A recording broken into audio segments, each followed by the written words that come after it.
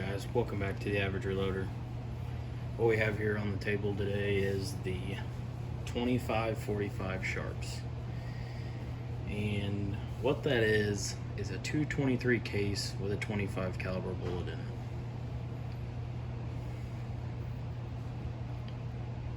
it. .223 case, 25-45 case. So you can see how pretty similar they are. It doesn't really lose the case taper much. Just this shoulder is just a lot shorter. So opens it up to the 25 caliber. So the upside to this is obviously being able to run heavier, somewhat shorter bullets through it. You know, the problem with the 223 is the heavier bullet you go, the longer the bullet's got to be. Well, if you increase the diameter to a 25 caliber, then the heavier bullet you go, you don't necessarily have to be longer. Well, here comes the problems with that. This is a 87 grain TNT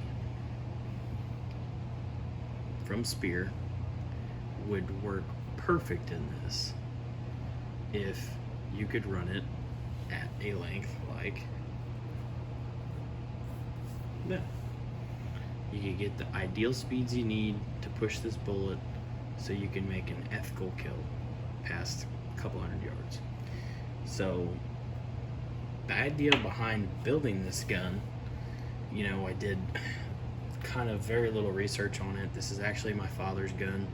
I talked him into building the caliber because he wanted something a little bit different for hunting. He loves this 25 caliber. He's got a 257 Roberts. He loves it. It's just got a little bit, you know, kick to it, not much. He's got some shoulder problems. So this is actually an 18-inch black hole weaponry barrel, and I've seen some pretty good groups out of this thing. But like I said, when I try to run a temp stable extreme powder through it, like H4895 that has a good fast burn rate, I cannot get the bullets to the velocity they need to be at. With pretty hot loads, I think we made it to 2,400 feet per second with the 87 grains and 2580 with the 75 grain Blitz Kings right here. So not really ideal for hunting. Yes, it is faster than what you can push a 300 blackout to, but 300 blackout's also pushing a heavier bullet. So the problem, of course, with any AR that you're building is always going to be mag length. So on this one, I'm running at 2.3. So let's just get this. We'll push this into 2.3 and we'll see how far that bullet's in there. And right there. So now here's your reference. You hold them. Look how far down in the case that is, you know, as opposed to with these, the 75 grainers, when you get those to 2.3,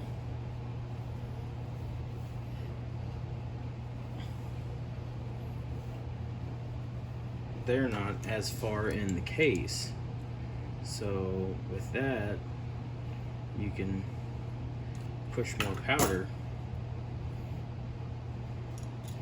You can get more powder in the case, which helps allow you get faster speeds. So let's just sink this puppy down in here.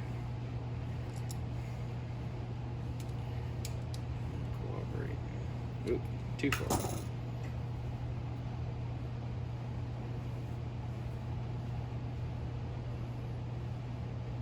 It's a little modified case that I made, so you can measure overall length. So right there we're at 2.389. I run mag length at 2.3. I try to on all my ARs just to help with getting the bullets seated out there a little bit further. So right there we're at 2.99. Okay. Now look to see where that's at. See, we're almost up in the neck shoulder junction there. We're pretty close to it. Actually, maybe more close towards the shoulder and body junction, right around that area. So that's going to allow for more powder. Well, seeing as it still didn't make a difference with the extruded powder, I had to move to a ball powder. Well, I went to H335, and for my testing I got the 87 grain bullets up to about the high 2600s, and I got the 75 grain bullets up to 2950, almost 3000, which is fantastic. That is perfect. I wanted over 2850, and we are right there cruising. So we're probably in that group of that ladder test that I ran with the 75 grain bullets was fairly accurate. I mean, it held a group of less than an inch at 100 yards. So anytime you can do that, that is great, especially when you're doing ladder tests. So we're probably going to try to find accuracy node in there and load around that. We still had a little bit of room of improvement. We didn't have much pressure signs showing on the 87 grain bullet, so we're still going to bump that load up and do another small ladder test. Probably just go a grain spread from where we ended, and we'll see what happens. But I'm going to be honest with you, ideally this is not the best cartridge for whitetail or anything like that. You know, he is running this suppressed with his Form 1 suppressor. I wanted to give him that opportunity to be able to hunt with something suppressed, you know, so I helped him do his I helped him get his Form 1 together, and he, you know, filed his paperwork, got approved, got in contact with some people that could help him build the suppressor, and got that taken care of, and now he's got it. And the idea was just an AR that he could take out in the field if he wanted to deer hunt with it, coyote hunt with it, hog hunt with it, whatever. This, I was hoping, would be capable of all of it, but what I've run into is complete opposite. Now, MDWS offers a 257 Ocelot, and similar to the 6mm Mongoose, if I have a case available, similar to the 6mm Mongoose, it's got a really short neck and it's pretty high, and what that does is it allows your trim length to be just a little bit shorter, and it'll hang your heavier bullets out there further, you know, out of the case. So that helps with feeding. You don't have to run them super long, so you can still mag feed them. And it also, his chamber design takes the taper out of the case, so it gives you extra case capacity there. So all in all, you're ahead doing it that way. You know, you can see how straight that is compared to the 223's got some taper to it. So for example, the 6mm mongoose is pushing an 85 grain Game King at right around 2,800 feet per second. We're having issues getting the 87 grain and the 45 sharps to go that fast. So if that tells you anything about this case, is it's very efficient, and it's a lot better than the 45 sharps. So if you're looking for anything like this, I would definitely check out MDWS's 257 Ocelot. It is just an all-around better designed chambering, you know, for whitetail, pigs, coyotes, you name it. So hindsight's 2020. I would have had MDWS spin me one up, but it was too late. They had these on special, and just it was a whim thing. Told my father about it. He's you know, told me he wanted me to order one, so I got it ordered. But it is what it is. We're gonna make the best of it, you know, like we do. You do load development, you do load development, and you do more load development until you can just find something that works. That's just how you got to do it. So we just got to power through it.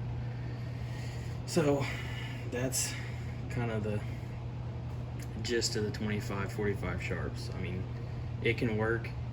It doesn't work ideally for what I want it to do, but we're gonna make it work. You know, my problem is with ball powder is it's not temp stable, especially, I mean, the, you know, H335 and stuff are on the faster end. There is 6.5 stay ball that is a lot more temp stable, but it's also a lot slower burning powder. So even with H335, we're still putting quite a bit in the case with these bullets. So I don't think 6.5 stay ball would work for us, you know, and that's a lot of it. You got to look at the burn rate chart. You got to check, you know, your case fills. You got to check your velocities on similar cartridges with similar bullet weights. It's just all, you got to do your homework. That's what it comes down to, and I didn't do enough.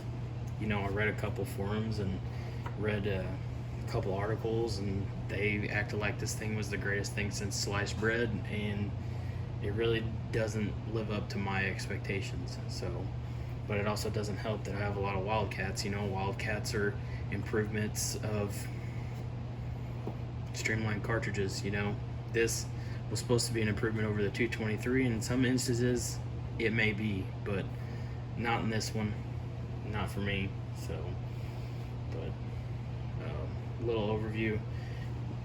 This is a Nikon Buckmaster. Got the BDC reticle, just a no-name cantilever mount, Magpul MOE grip, Magpul fixed carbine stock, another no-name rail. I'm not big on like putting, you know, expensive name brand hard parts on my guns, because it's a hard part, you know. If you're not going to be using it for functional purposes, it doesn't have to be expensive. So he's not attaching anything to that handguard, he's not doing anything crazy with it. You know, we just wanted the look, so it does the look just fine. The mag in here, though,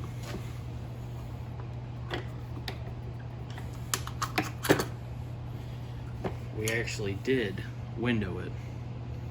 And this does help to run longer bullets. If you want to push them out to 2.34, you can. So that does help, but problem is you don't want to window it too far down, because then you lose the strength of the magazine. And what happens is when you get 10 rounds in it, it spreads the feed lips out, it starts feeding like crap.